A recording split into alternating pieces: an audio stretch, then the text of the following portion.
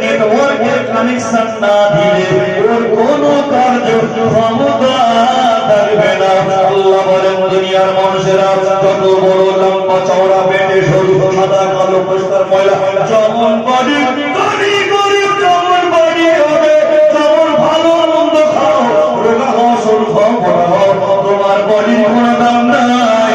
তোমার ভিতরে যে রূহটা রয়েছে, এই রূহটা আমি আল্লাহ দরবারে ওই নেটওয়ার্কের মতো আমার কাছে এর দাম রয়েছে। বডি শেষ হয়ে যাবে, রূহকে যেমন বলবো আগের মতো আবার তৈরি হয়ে যাবে। আরো যদি বলে ও ফলের কবার যেমন দাম নাই, আমার আপনার বডির কোনো দাম নাই।